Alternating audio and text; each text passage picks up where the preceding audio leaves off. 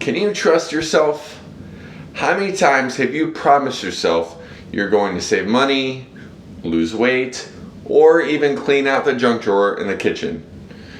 You've likely made thousands of promises to yourself and broken the majority of them.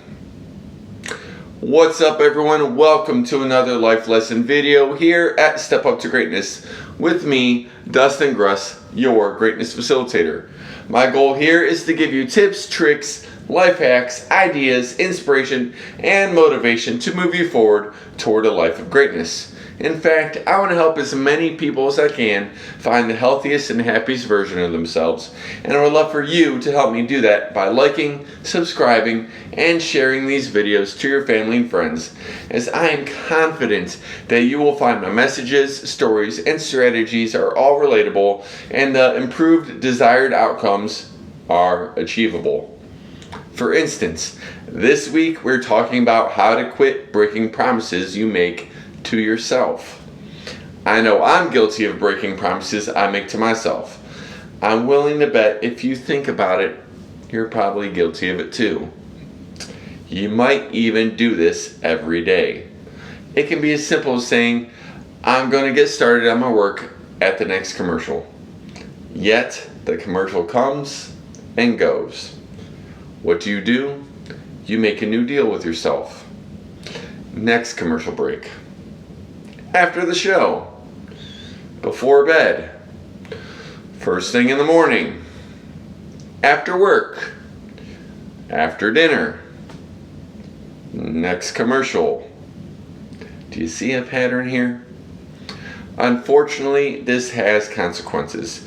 You're teaching yourself that you don't have to take yourself seriously.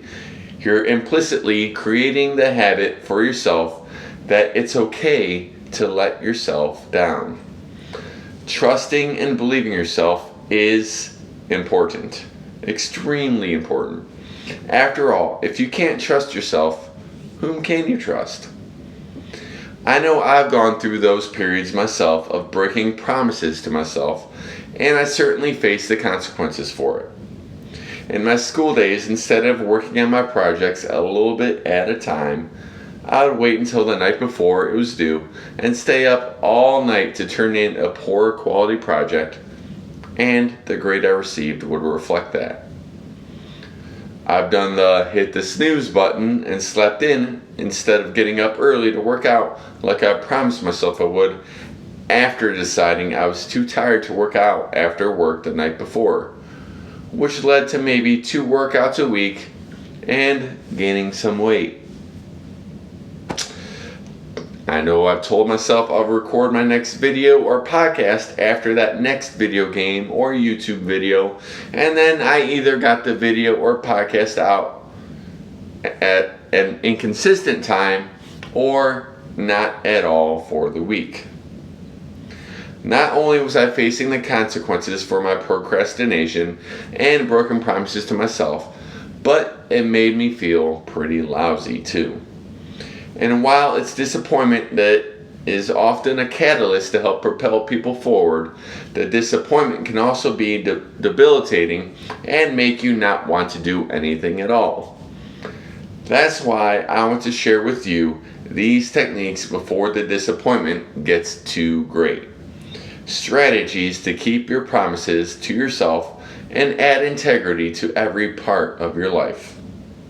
So here we go. 1. Use your past as a reference.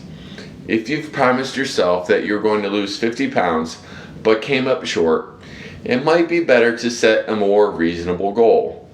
Losing 10 pounds 5 times is the same as losing 50 pounds all at once. Learn from your past, make adjustments, and make reasonable promises to yourself. 2. Put your promises on paper. If you've watched some of my previous videos, you may have heard this one before. Thoughts are a funny thing. They sort of feel real, but they sort of don't. Writing them down is more concrete. Keep your written promises where you can see them regularly. On your fridge, on your bathroom mirror, on your desk, on your steering wheel.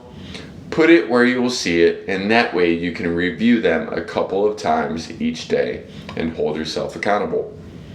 3. Ask yourself if you mean it and listen to the answer.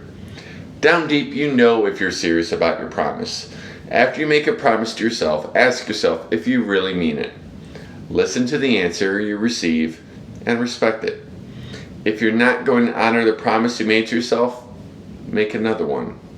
Or maybe break into a smaller, similar one to make it more manageable, like I said in the first technique. 4. Change your beliefs about promises to yourself. Most of us are much better at keeping promises we make to others than we are at keeping promises we make to ourselves. Whether it's because you genuinely want to help other people or you're a people pleaser that puts others before yourself, you're doing it wrong. You have to fill your cup before you can pour into others. If you kept the promises to yourself, you would be loads more confident and happy with yourself, and as a result, you would be able to help people better actually because you are a better version of you. You might even help others without actually doing anything for them, just by being an example of someone who takes better care of themselves.